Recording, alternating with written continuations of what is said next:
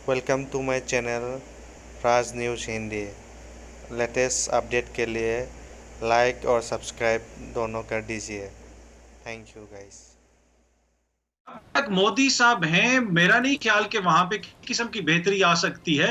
पूरी भारतीय रियासत में नहीं कहूंगा कि वो सारी रियासत ही जो है जंगी जुनून में मुब्तला है, हुँ, लेकिन ये जो इस वक्त वहां पे एक हुँ, हुँ। एक्सट्रीमिस्ट रजीम है, इंतहा पसंद रजीम है, जब तक ये लोग वहां पे हैं, मैं नहीं समझता कि किसी किस्म की बेहतरी हो सकती है। ठीक है जी, आपको लगता है कि किसी किस्म की बेहतरी नहीं हो सकती। अरविंद, मैं आपकी तरफ आना चाहूँगी। मकबूज़ा कश्मीर पे आपका बाकायदा कब्ज़ा है। आप लोग पता नहीं क्यों कहते हैं कश्मीर हमारी शहरग है, और कश्मीर को आप कहते हैं कि जी कश्मीर को आप पता नहीं ना जाने क्या कहते हैं, अटूट अंग है हमारा। क्या चाहती है आपकी गवर्नमेंट? क्या चाहते हैं नरेंद्र मोदी? क्या एजेंडा है उनका? मैं आपके सवाल का जवाब दूं उससे पहले मैं ये बता दूं कि मैं नहीं जानता कि आप में से कितने लोगों ने हिंदुस्तान देखा है, मगर मैंने पाकिस्तान देखा है जी। और जब मैं पाकिस्तान के लिए मैंने बताया अपने पेरेंट्स को कि लाहौर जा रहा हूं, तो वालिद साहब तो कह रहे थे ठीक है भाई चले जाओ, जैसे ज़्यादातर बाप होते हैं उनको इतनी परवाह नहीं होती। माँ थोड़ी सी घबराई, फिर वो 10 मिनट बाद मेरे कमरे में आई और उन्होंने आके अच्छा। मुझसे कहा कि बेटा, माँ तो वहां भी माँ ही होती होगी।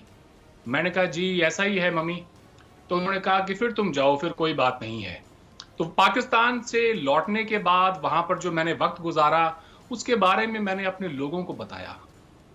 सबने मुझसे पूछा कि भाई बताओ कैसा है पाकिस्तान, तो मैंने ये कहा कि वहां पर भी जो माँ है वो भी वही ख्वाब देखती है अपने बच्चों के लिए जो हमारी माएँ हमारे लिए देखती है। मेरी माँ जो मेरे लिए ख्वाब देखती है, पाकिस्तान की हर माँ अपने बच्चे के लिए वही ख्वाब देखती है। वो ये नहीं चाहती कि उसका बच्चा कब तालीम खत्म करके और जिहाद पर चला जाए। तो ये हमारे दरमियान जो मिसकंसेप्शंस हैं, अब आ जाते हैं आगे इसके ऊपर। आपके जो आरएसएस के जो हैं कि आरएसएस की रेसिस्ट आइडियोलॉजी, आरएसएस ने ये कर दिया, आरएसएस ने वो कर दिया। मुझे आप ये बताएं, दुनिया भर के अंदर आरएसएस ने कितने टेररिस्ट अटैक किए हैं? देखें जी, जितने टेररिस्ट अटैक होते हैं, सॉरी टू से उसमें से ज्यादातर जो अटैक होते हैं वो मुसलमानों की तरफ से होते हैं। दुनिया के अंदर 150 से ज्यादा तंजीमें हैं, ये अल कायदा, अल शबाब, बोको हराम, अफ्रीका तक चले जाएं आप, तालिबान, जैश ए मोहम्मद, सिपाही साहबा, लश्कर जंगवी, ये जो तमाम जो ऑर्गेनाइजेशंस हैं, इनकी वाबस्तगी जो है, इनकी एफिलिएशन किसी ये जो खित्ते, किसी जमीन दहशतगर्दों को के फंडिंग साथ करते हैं नहीं उसके है। बारे में आपने कुछ नहीं ये पढ़ा, कुछ मजहब नहीं के सुना। साथ वैसे तो अपने आप कह रहे आप हैं मैं को बहुत कुछ associate पढ़ता करते हूँ, हैं। आपकी जहां इतनी तक रीडिंग है। आरएसएस का अतर ताल्लुक मुझे है, जरा अतर सर इनको आरएसएस अब का ठीक है अरविंद, आप फ्रेम जरा ठहर जाइए। अपनी अतर सर इनको जवाब दीजिएगा। थोड़ा सब्र कौन सी रखें, दुनिया में इंसान रह को रहे हैं आप सब्र अरविंद रखना साहब? नहीं, हमें तो सब्र मैं से सिर्फ इतना कहना चाहूंगा कि मतलब पाकिस्तान सबर में रख कभी सकता है भी कोई, लेकिन इतना झूठ कोई नहीं सुन सकता। आपके फर्क सांस सिर्फ में ये है कि झूठ देखें, बोले चले जा रहे हैं। एक मिनट सिर्फ अरविंद, मैं आपसे सिर्फ इतना कहूंगा कि फर्क सिर्फ अरविंद ये एक है, मिनट, अरविंद ठहरे, अरविंद एक मिनट, अरविंद सुन लेना, अरविंद आप पिछले 7 मिनट से अकेले बोल रहे हैं। मुझे 35 मिनट के प्रोग्राम में तीनों मेहमानों की राय शामिल करनी है। मैं आपको एक टाइम पे 7-8 मिनट नहीं दे सकती ना, मुझे बारी बारी सबकी तरफ जाना है। प्लीज जरा आप मौका दीजिए, अतर को मौका दीजिए प्लीज प्लीज। 7-8 मिनट से आप अकेले बोल रहे हैं, इस तरह नहीं चल सकता ना प्रोग्राम में। प्लीज आप बात को समझिए जी। अतर आपकी तरफ आ रही हूँ, अपनी बारी में बोलिएगा जी अतर। जी अरविंद जी, अपनी बारी में बोले तो बेहतर होगा, मुझे अपनी बात कहने देना तो थोड़ा जल्दी बोल रहे हैं। अरविंद आप 8 मिनट से लगातार बोल रहे हैं। आप ये देखिएगा यूट्यूब के प्रोग्राम में कि आप कितने मिनट से लगातार बोल रहे हैं, आपको किसी ने नहीं टोका। आप प्लीज दूसरों को मौका दीजिए प्लीज। ऐसा नहीं हो सकता 35 मिनट के प्रोग्राम में 10 मिनट लगातार एक गेस्ट बोले, ऐसा हो नहीं सकता जी। 10 सेकंड का मतलब 10 10 सेकंड सेकंड थे नहीं ना, आपने 8 मिनट में भी बात का मुकम्मल नहीं किया, अभी भी आप गिला कर रहे हैं जी। जी अतर आप जवाब दीजिएगा। मैं सिर्फ ये 10 कहना सेकंड में अपनी बात खत्म में तो मेरी बात खत्म हो जाती है। अतर प्लीज कंटिन्यू। मेरी बात ही खत्म हो जाती है। जी आरएसएस मैं का ये कह रहा हूँ ताल्लुक, कि देखें, आरएसएस इन्होंने का जितनी भी जो है, तंजीमों का आरएसएस नाम का लिया, फ्रेम है। इन्होंने जितनी अरविंद साहब आपके साथ मैं सोलो प्रोग्राम तो कर लेती हूँ, आपकी पूरी बातें सुनती रहूंगी। है इस सरजमीने हिंदुस्तान पर वो धरती के बेटे हैं, वो धरती के बेटे हैं। अरविंद साहब आपने सारे पॉइंट अभी डिस्कस करने हैं, अपनी बारी का इंतजार कीजिए ना। अब आपने बहुत सी बातें कर ली, मुझे जवाब भी तो ले लें अतर साहब से। जंग चाहे 48 की हो, 65 की हो, सारी जंगें पाकिस्तान की तरफ से हुई हैं, इसमें कोई शक नहीं है। मैं लाहौर के पास ही एक गांव में गया था, छोटा सा गांव है। लोगों ने मुझसे पूछा कि अरविंद हम मोहब्बत चाहते हैं, अमन चाहते हैं हिंदुस्तान के साथ।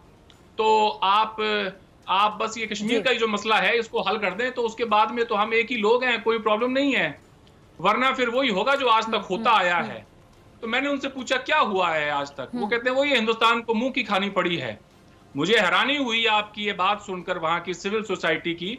मैंने उन्हें 3-4 आर्टिकल बीबीसी के दिए, मैंने कहा आप जरा इसे पढ़ें कि दुनिया क्या कहती है इन जंगों के बारे में। तो उन्होंने कहा बेटा ये तो अंग्रेजी में है, अंग्रेजी तो नहीं पढ़ सकते हैं। मैंने कहा कि अपने बच्चों को बुलाएं, उनसे वो आपको बता देंगे। कहते नहीं बेटा यहाँ तो अंग्रेजी नहीं, कोई नहीं पढ़ता है। मैंने कहा फिर मेरी गलती हो गई है, वाकई में चारों जंगें आप ही जीते हैं।